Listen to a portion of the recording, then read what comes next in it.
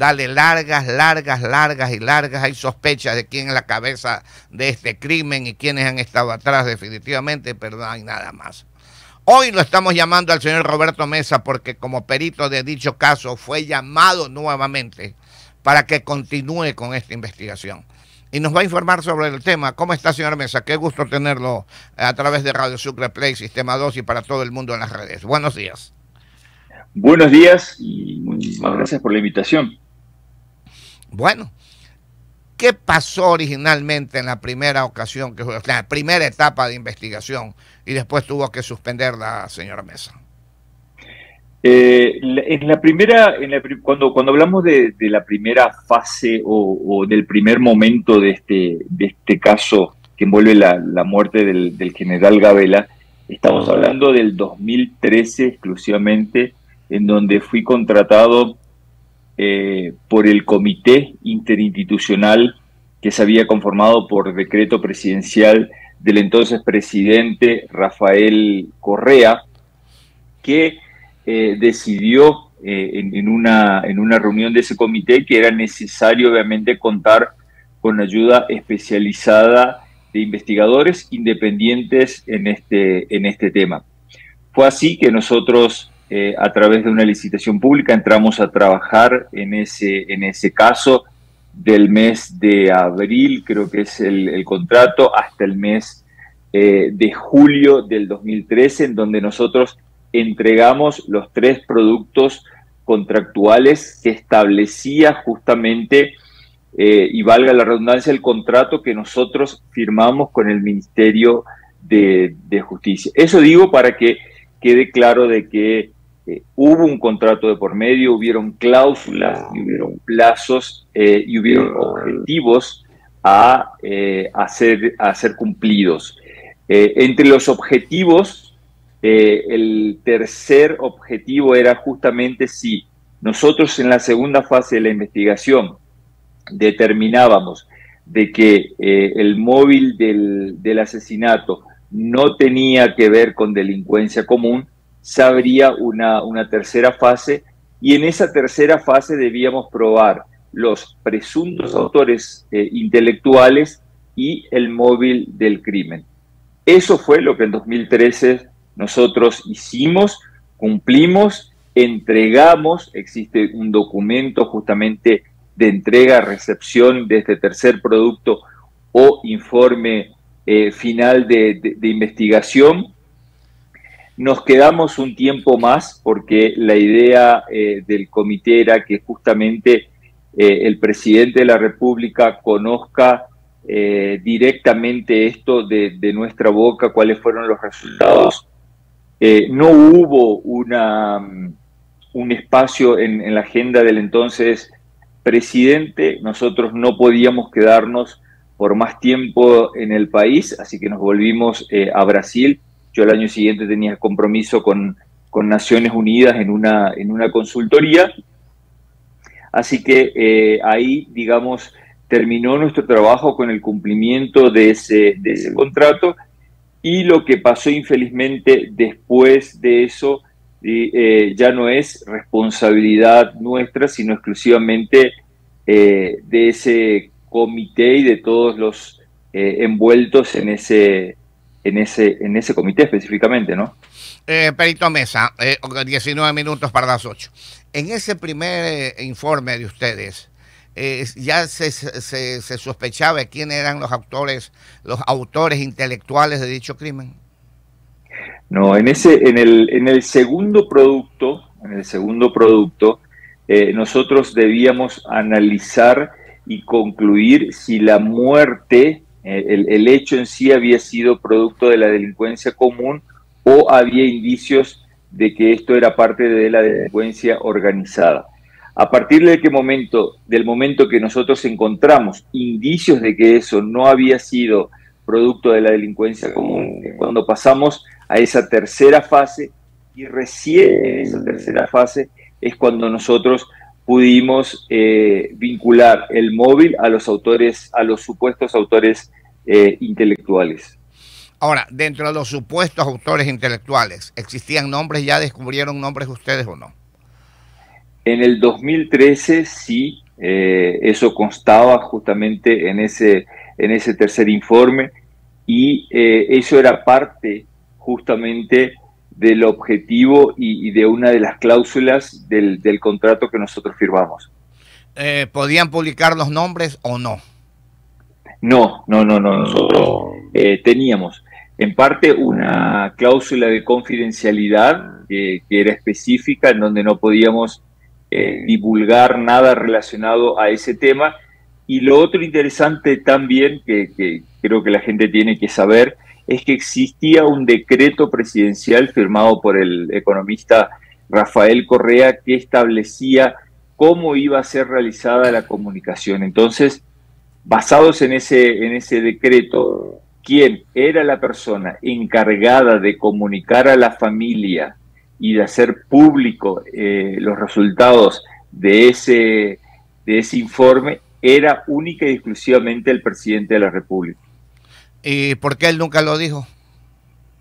Y ahí habría que preguntarle eso al señor Rafael Correa. Yo no tengo idea si lo hizo o no. Sé que él conoció el resultado porque él mismo lo declaró públicamente, pero ¿por qué no hizo o no siguió con los pasos que él mismo estableció en el decreto y lo hizo públicamente la entonces ministra de Justicia, la doctora Lady Zúñiga, recién en el 2015? No sabría decirlo. En su momento estamos conversando con el señor Roberto Mesa Neila, perito del caso José Gabela, 17 minutos y las 8 de la mañana. En algún momento se habló de que había uno de los informes de ustedes, se habían perdido, se habían extraviado. ¿Qué hay de verdad del tema? Hay mucha verdad. Lo que yo te puedo decir efectivamente es que el producto que nosotros presentamos y que estaba sumillado y firmado no es el que aparece actualmente, no es el que reposa en la Fiscalía General del Estado y no es el que reposa en la Corte Constitucional. Entonces estamos hablando sí de la pérdida de un documento público, ¿no? Objeto de un contrato. Ahora, 16 minutos para las 8. Con todos estos problemas, una muerte prácticamente de Estado, ¿no ha temido usted por su vida en algún momento, señor Mesa? Sí, no solo existe ese temor, existen razones fundadas para nuestro temor, porque en el 2018, cuando nosotros volvimos al país para declarar ante la Fiscalía General del Estado, hemos sufrido amenazas, y hemos sufrido amenazas siempre que este tema y este caso en particular ha surgido en la opinión pública específicamente. Y eso no fue diferente momentos previos a nuestra llegada al país, y por ese motivo fue el que nosotros solicitamos de manera encarecida al gobierno del señor Guillermo Lasso que nos brindase total seguridad a todo el equipo que íbamos a trabajar en este caso. Ahora, su nacionalidad, perdón, señor Mesa. Yo soy argentino. Ya. Ahora, ¿cuándo ustedes terminan ya toda la investigación, ya con nombres y apellidos y quiénes son los autores intelectuales, materiales, etcétera, etcétera? ¿Quiénes nomás han estado involucrados en este crimen? Bien, nosotros, por un plazo establecido por la Corte Constitucional, tenemos 90 días. Nosotros en el transcurso de esta semana, el equipo de peritos, vamos a estar presentando un informe preliminar o un informe diagnóstico de la documentación que nosotros recibimos. Eso no creo que pase del miércoles o jueves, eso va a ser inclusive público porque haremos una rueda de prensa. Y una vez presentado eso y justamente cuando el país ya tiene conocimiento de qué es lo que nosotros tenemos como para reconstruir el caso, nos abocaremos en los 45, en 60 días aproximadamente en poder reconstruir ese tercer informe que hasta el día de hoy no aparece y entregarlo a las autoridades competentes con las respectivas copias, con las respectivas firmas de responsabilidad, como todo trabajo pericial demanda. Pero ese tercer informe, usted tiene una copia, me imagino, 13 para las 8. No existen copias y eso es parte justamente también de una cláusula contractual que no nos permitía tener copias de este trabajo. Y en ese sentido tengo que recordar que no existe una similitud con el trabajo que los peritos realizamos por orden judicial. Recordémosle a la gente de que el trabajo que nosotros realizamos en el 2013 fue un trabajo extrajudicial demandado por un comité que no tiene relación justamente con la justicia. Entonces, las reglas estaban establecidas dentro del contrato que nosotros firmamos. Ahora, dentro del tercer informe ya hay nombres. Dentro de la reconstrucción del tercer informe, que es lo que nosotros estamos haciendo ahora, van a haber nombres obviamente de los supuestos autores materiales y de toda la línea de mando que existió dentro de esta investigación y los diferentes vínculos. ¿Y los intelectuales? Sí, los intelectuales. Los autores intelectuales. O sea que va a haber nombres de intelectuales y nombres de actores materiales. Los autores materiales, recordemos también que ya están detenidos, fueron sentenciados en su momento y están cumpliendo pena dentro del sistema penitenciario aquí en el Ecuador. Ya, pero aparte de ellos, ¿no hay otros autores materiales? No hay otros autores materiales.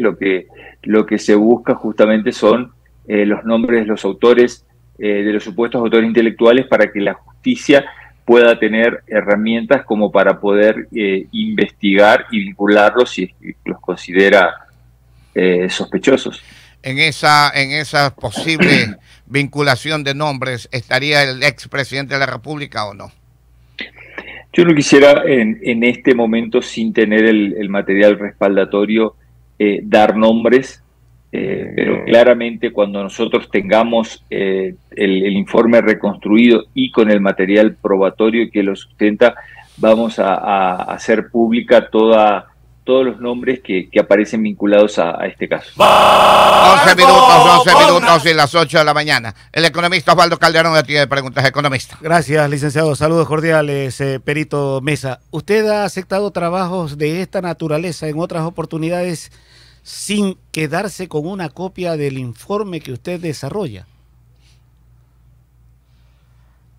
Es la primera vez que hay un contrato de por medio que establece estas cláusulas.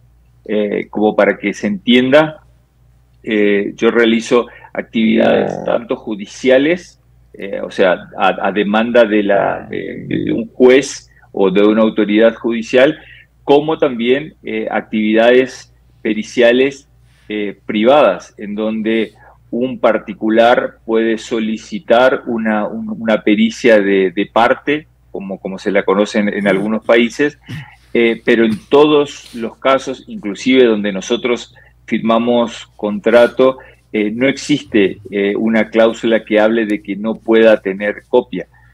Muy por el contrario, digamos, una copia siempre es necesaria porque, exacto, es un respaldo porque si soy llamado a declarar a la justicia para defender ese informe pericial, tengo que tener en mis manos el material que fue emitido por mí.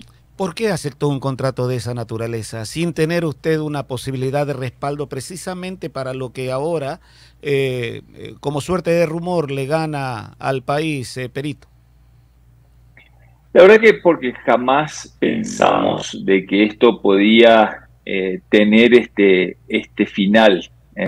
Recordemos que nuestro trabajo es simplemente la de producir prueba material, la de poder colaborar con la justicia, y jamás pasó por nuestra cabeza, porque de hecho hemos firmado con ese mismo gobierno otros contratos de otras investigaciones en las que solo existía, creo que, cláusula de confidencialidad, que siempre la respetamos, pero nunca el tema de la autoría material como en este caso. O sea, en el gobierno de Correa no ha sido el único contrato de investigación que usted firmó. No ha sido. Yo tuve en ese gobierno, tuve la veeduría del 30S, del famoso 30S, actué como veedor internacional. Estuve en el caso del subteniente César Coronel, también en un contrato con ese gobierno. Estuve en un contrato con el caso de los hermanos Restrepo, en fin, tuve algunos contratos vinculados a ese gobierno. La reconstrucción del tercer producto tuvo capacidad de modificación por el lapso, por el tiempo que ha pasado entre la pérdida de ese producto que usted entregó y lo que se puede generar ahora. ¿Hay absoluta fidelidad con lo que se perdió, por decirlo de alguna manera, perito?